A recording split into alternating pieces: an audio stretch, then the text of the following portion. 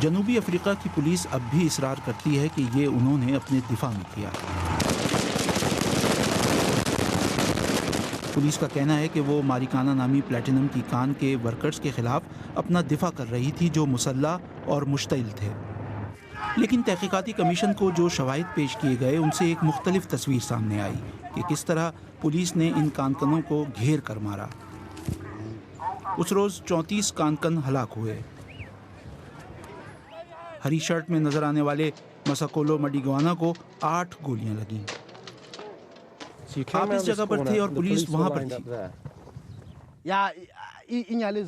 انہوں نے مجھے بتایا کہ ہڑتال کرنے والے کانکن اپنے گھروں کو واپس جانے کی کوشش کر رہے تھے، لیکن پولیس نے انہیں گھیر لیا اور نکلنے کا کوئی راستہ نہیں چھوڑا اور گولیاں مارنا شروع کر دی۔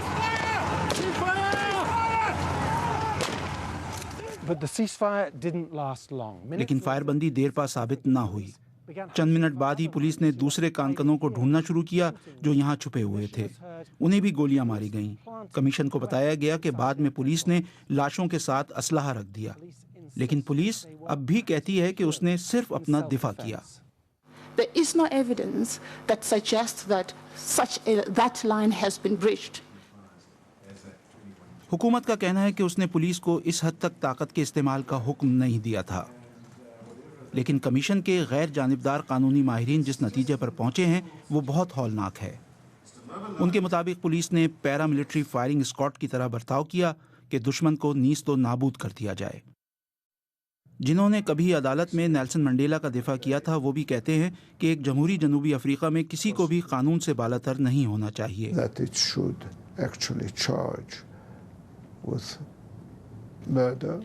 ان پر اصل میں قتل کا مقدمہ چلنا چاہیے، سینئر لوگوں پر جنہوں نے منصوبہ بندی کی، سینئر پولیس آفیسرز پر جنہوں نے اجازت دی، اور ان پر جنہوں نے گولیاں چلائیں۔ اس کان میں دوبارہ کام شروع ہو چکا ہے۔